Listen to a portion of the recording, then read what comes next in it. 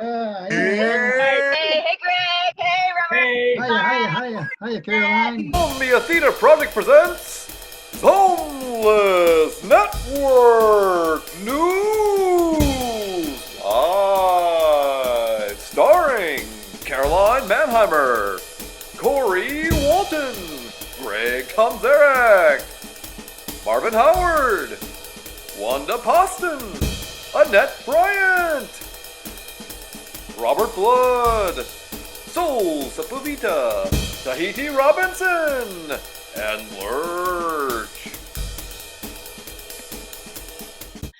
I hope that we have lots of people watching, and please, if you are out there, feel free to comment, post any sort of thoughts or feelings or encouragement you would like, and don't forget to share with your friends. Tell everybody you know. And next week is our season finale, so we really want to have a lot of people out there. Let's see, what else? Yes, next up is our very famous and well-known zAmya agreements, but perhaps you've never heard them, so we're going to share them with you. Treat each other equally. That's one of our agreements. What does that look like to you? Does that mean treat each other justly?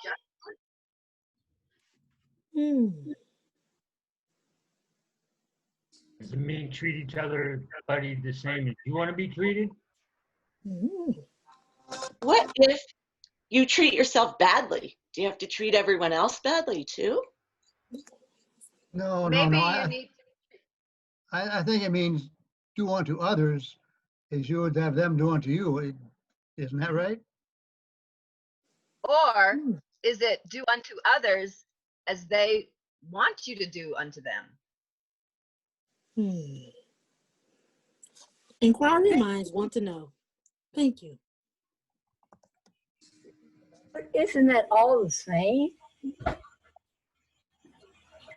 Equally. Is equally all the same? Is equal the same? It's supposed to be, isn't it? Does everybody deserve equal treatment? Is equal the same thing as equitably? Or is it the same as justly? Are we striving for equality? We're striving for that. Yes. So how do you treat something? And Annette? So how do you teach something that you really don't know what it is? Do we innately know what that is inside ourselves, or is it something we need to learn? Learn? Or What's something learn? we're taught. What's learn? What's taught? Art. Or something we practice. Or Practice. based on each individual. Of course, it's on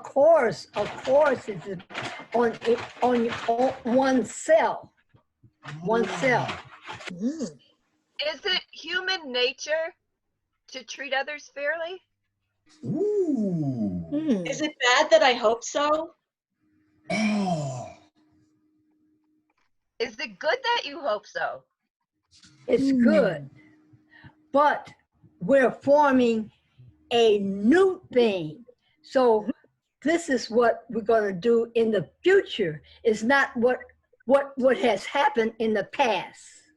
Yes. I think it's time for today's headlines.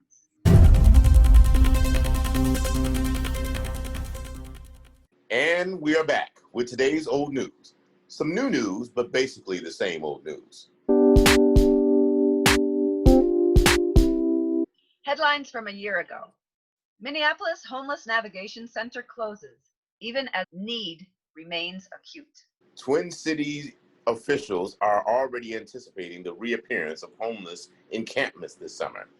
Well, this is this summer, and they guess right.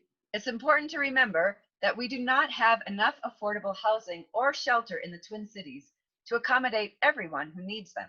So where are you supposed to sleep this winter?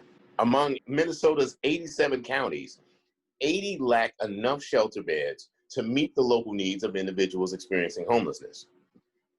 Only 7 out of 87 counties have enough beds. Minneapolis, Hennepin County, to fund 3 new shelters, emergency housing for the homeless. Well, howdy doody. Gloria's Place to open an emergency shelter for homeless teen parents. Gloria's Place will be the only emergency shelter in Minnesota specifically for unaccompanied pregnant or parenting homeless youth and their children. Can't we just house those kids? Emergency shelter and intake programs at St. Joseph's Home for Children concluding by end of 2020. My understanding is that it's actually a good thing not to be putting unaccompanied kids into emergency shelter. Can that building become an emergency shelter for adults and families? Shelters, families looking to change shelter policy, ask people to pay for their stay. Well, at least you can keep your money in your own pocket if there's no room in the shelter. North Minneapolis residents say homeless shelters planned without their input. What the heck? The community has other plans for the building? Homelessness is an emergency, but an emergency response to homelessness is not enough. And that's it for today's Same Old News.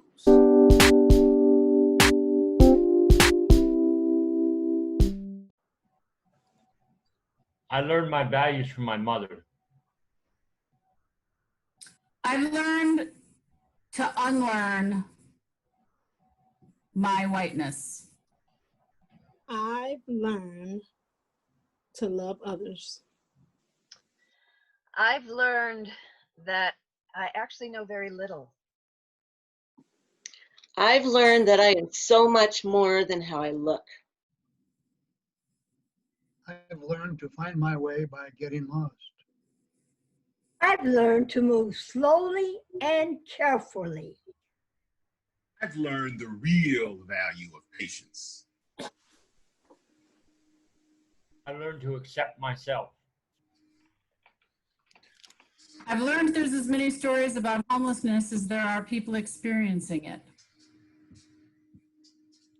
I've learned how to make real connections. I've learned that everything passes, but homelessness keeps staying here. I've learned that getting lost can sometimes be the best way to find oneself. I've learned that it's important to be on time. I learned that laughter is the one of the keys to healing. I've learned that zAmya continues to be resilient. I've learned to look at people and not through them. I've learned Nimanoshka Polski. I've learned how to use my voice. I've learned that my learning style is making mistakes. I've learned that preventing homelessness just might be the answer to ending it. I've learned how to be giving of myself. I've learned that listening is one of the keys to understanding oneself and others. Learned about the hormone called oxytocin that's supposed to be released when two people hug. It's supposed to relieve stress and pain, even virtually hugging. Yes. Just put some thoughts on your mind. Sanctuary, homelessness. Sanctuary. The first time I heard the word sanctuary was from the lips of the actor Charles Laughton in the movie The Hunchback of Notre Dame. I had never seen a hunchback, and the hunchback was ugly and outcast, and he lived alone in the bell tower of the Notre Dame, a beautiful Catholic church. And the hunchback rescues this woman who's also an outcast. She is gypsy and said to be a witch. She cries, sanctuary, sanctuary, sanctuary, as he pulls her away from her oppressors. She was safe. I really want to know, what is homelessness? Don't you think that that's an interesting question? Because this is a word that we hear a lot today, homelessness. Well, according to the University of Southern California, homelessness is having been homeless and living or residing in a place not made for human habitation. Also, not a safe haven. This is what they state homelessness is. And she says sanctuary. So what is a safe haven? Well, let's look at what's happening in the Twin Cities after the murder of George Floyd, and what's happening at Powderhorn Park. Powderhorn Park is now considered a sanctuary, according to the city pages, July 15, 2020. Our parks are for the people. Protect the Powderhorn Sanctuary. Black Lives Matter. But last month, in the response to this growing number of tents in Powderhorn Park and other parks around the city, the board has passed a resolution declaring Minneapolis parks sanctuaries for people experiencing homelessness. Okay, well, homeless. What is homeless? According to HUD, the definition of homeless, they give us different categories.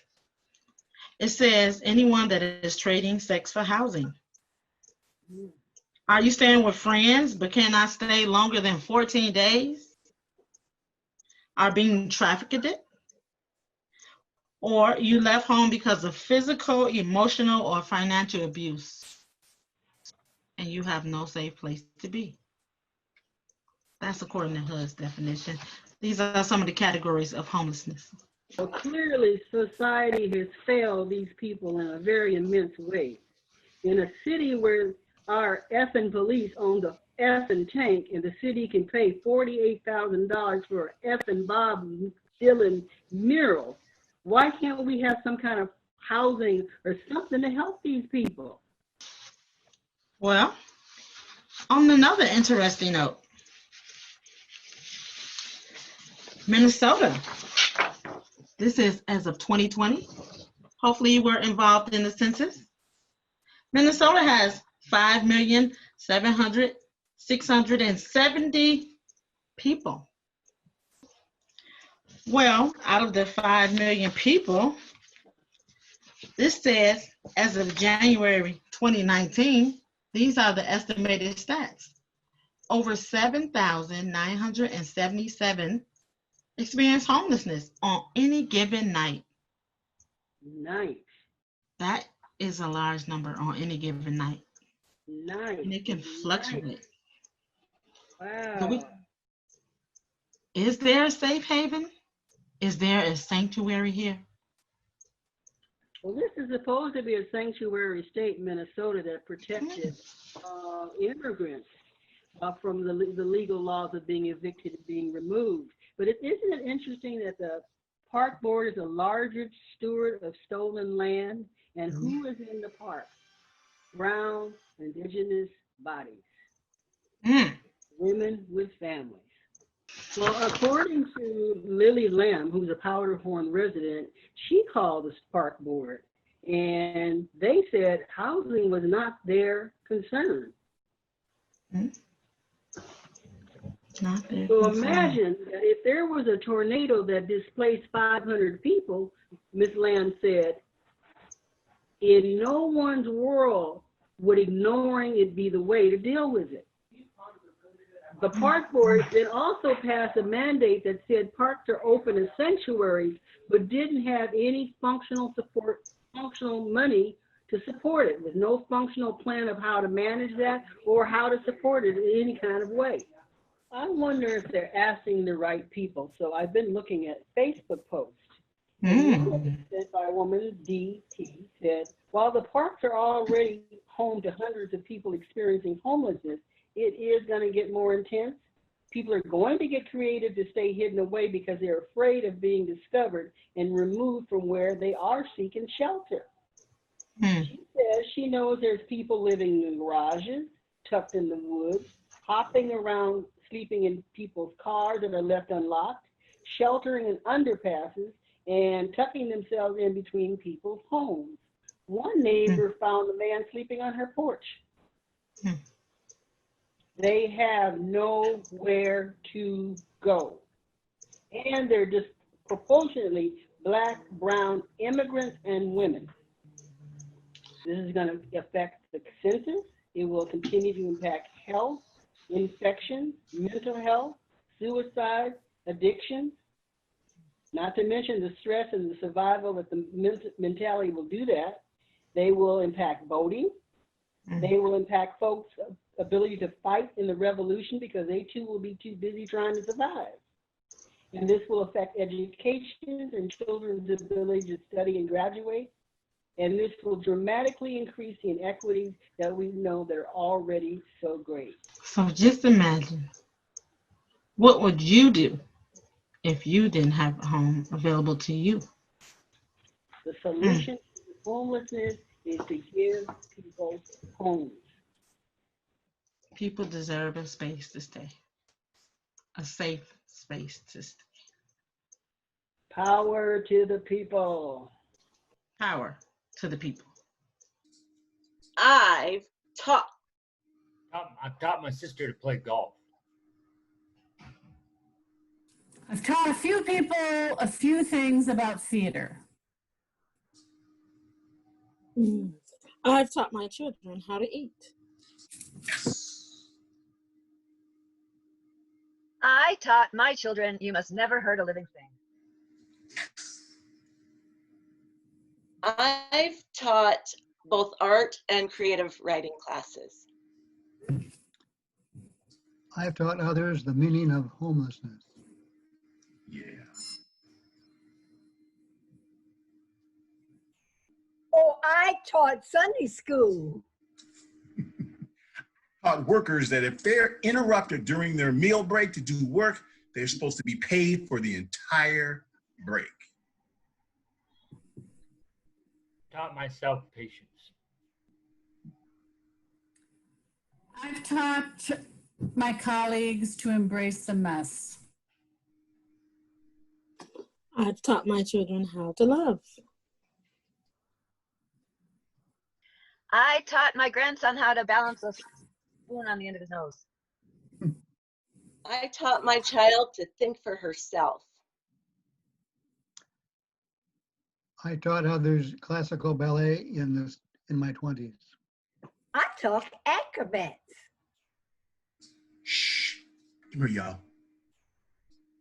I taught myself that when you try to assemble exercise equipment by ignoring the instructions, that's just foolish pride. I taught myself to cook at age 10. Yes. I've taught my siblings, my niece and nephew, that if they say the word muffin, I will turn into the muffin monster. I've taught myself to embrace healing. I've taught the zillion naughty fourth and fifth graders that it's really important to participate as part of your community. I've taught others that to be without a permanent home is not a stereotype. My daughter told me that I taught her how to have compassion for others. I taught children the alphabets in sign language. Ooh, I've retaught my niece the power of grace. Yes. Wanda? Sure. I taught my children how to learn to love one another. Yes, Wanda. Yes. And I remember Home Street Home. And I remember that Street Home was an amazing, amazing show. I remember when we began to sing at the beginning, I sung Oh Happy Day. And I just want to reminisce some of that. Oh happy day. Oh happy day. When Jesus washed. Oh, when he washed. When Jesus washed. He washed my sins away. And I just really enjoyed that. And that's the part that we started off with Home Street Home. And I just really, really enjoyed that part of the show. But I also enjoyed all my other friends and people, like Lutheran singing Save the World. Yes. Yes, yes, yes. All right.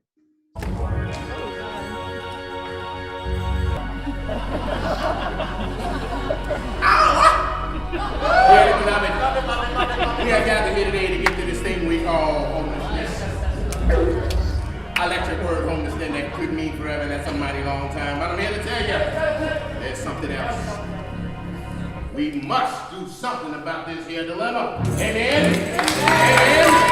I got an idea, Reverend. I got an idea. Yes. I got an idea. Come on with it.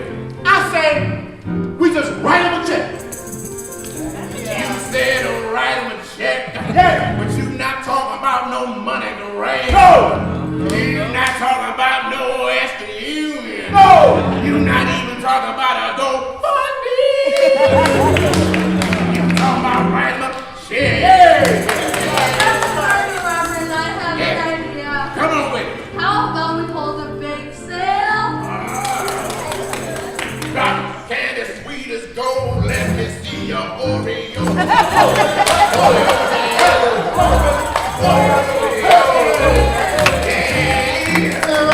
Yeah. I believe in serving the people. Yes, sir. Let's serve them bologna sandwiches. My bologna has a first name. J-S-U-L. I said my bologna has a first name. Oh, yeah. It's J-S.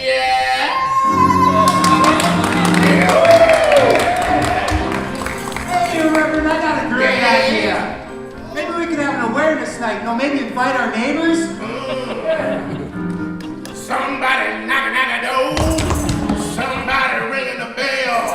Somebody knocking at the door. Somebody shaking a hand. So do me a favor. Open the door and let Jesus in.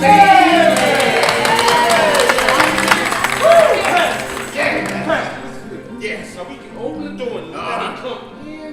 Yeah. Let them sleep in the basement. Let them stay in the basement. I like your idea. Yes, sir. Look, my hours are from Monday through Friday, 9 to 5, except on Thursdays I come in at noon, okay? Then I leave at 4.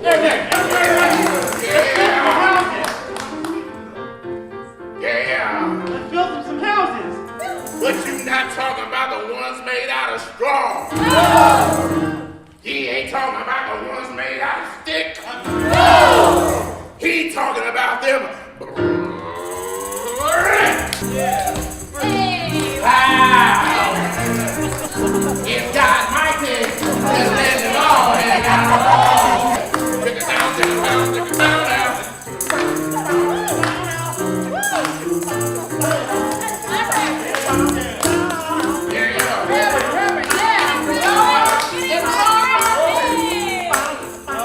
Donations, nails, and hammers. Wait.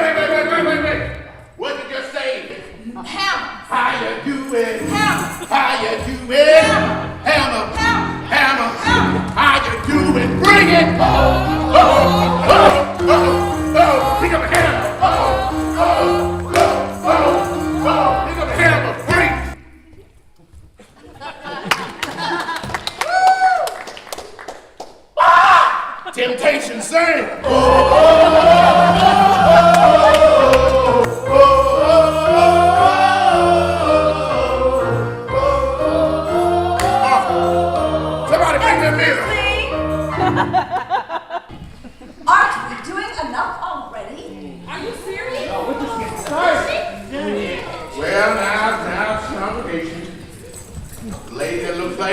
fuzzy, stupid. Reverend, Yes. excuse me. Are you aware that Mayor Carter is part of our congregation? This Yeah, is Carter. so beautiful. Mayor Carter, what can we do about this issue? No, they're singing right there.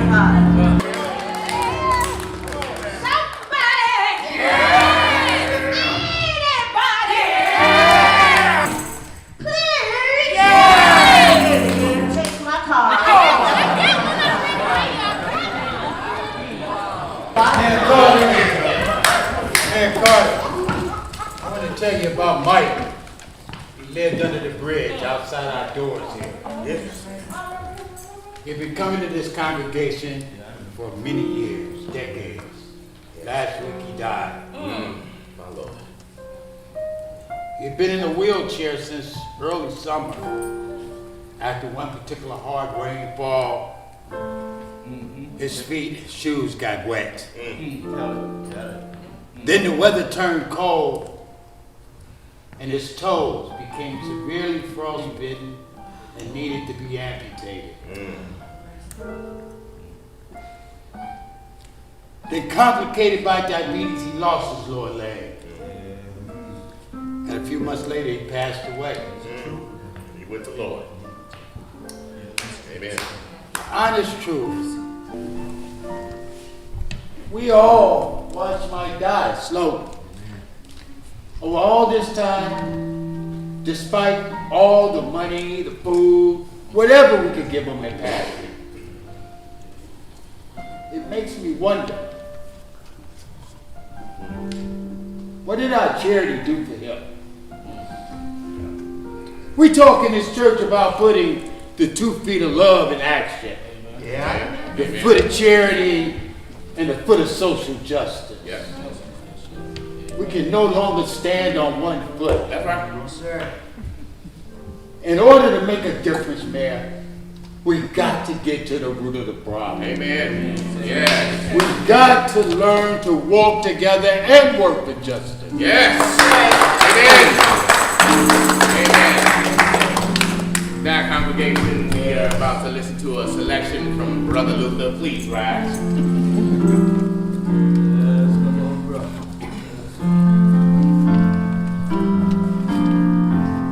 Looking at the news today, it's a cold, depressing thing.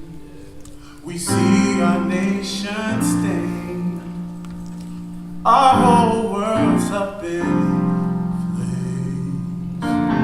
People starving all over the land with a low down, dirty shame. And abroad we see the same. We have ourselves to blame. Well, it's been said that we should share what the Master gives to us. And the time has come to help someone less fortunate than us. Save the world. Feed the hungry people. We got to clothe the little baby. Send a helping hand. Save the world. Feed the hungry people. Show them we love and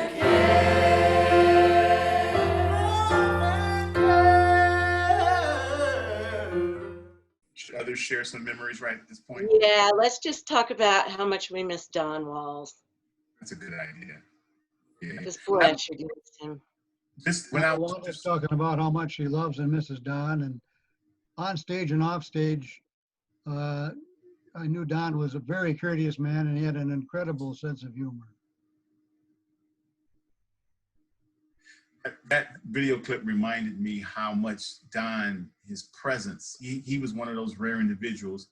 When he walks on the stage, everyone knows he's there. He just had that presence. It was powerful. Yes, he did. I remember him coming that first time, that first workshop when he surprised us all with his Othello monologue. I'm sure none of us will ever forget that. Top 10 most memorable zAmya moments for sure. Absolutely. Definitely. I remember when he first came in, he was talking to the wall. And I thought, oh no, we have someone who's like sort of losing it in the room. But it turned out he was practicing his lines for Othello. Nice. Yeah, I think we all thought of him as like the Shakespeare guy, but he was also awesome comedic actor. I always remember the one scene that Martin and I and Don did, and he was a driver and he kept just looking at us over his shoulder, and the look on his face just it cracked me up every time. I had a hard time keeping it together and saying my lines. And then another memory I have of Don is at that time of Home Street Home, which I love that show, and the Guthrie, like what? I was going through a very serious, life-threatening liver thing, and we had a table read, and it made me extremely tired, and I was falling asleep at rehearsal, and I didn't think anyone noticed. But across the table, I opened my eyes, and Don was looking right at me, and he mouthed the words, "I understand." And it almost brought me to tears. It really did. That's one of my big memories of Don Walls. Anyway, let's try to raise it up a little bit, because Don Walls was a raising up kind of guy. And let's just maybe have a one-word reflection go around. That's how we like to end things with zAmya, so we can all tell people how we think and how we are thinking about the moment that we shared together. Memories. Nice. Heart. Openness. That's a Yiddish word that comes to mind. Vermischt. Brave. Brave. Okay. And I am going to say love. Positivity. Donald. What'd you say, Corey? Donald. Donald. He has something fabulous. Fabulous? Oh, fabulous. Fabulous. Your face is frozen, but your voice is with us. I think we'll go with the title of one of my favorite Disney movies, Brave. And everybody, bring them in. Bring the hands in. And on 3, we'll say it. 1, 2, 3. Brave! Thank you, everybody, for Thanks, joining us. everybody. Everybody will be at peace because they're doing their own thing. And you just try to find out what is your thing. Like Caroline, she writes beautiful poems and she writes beautiful. She's a writer. And so maybe she's not a singer, you know, but she's a writer. But she is a singer too. Maybe I could run for president.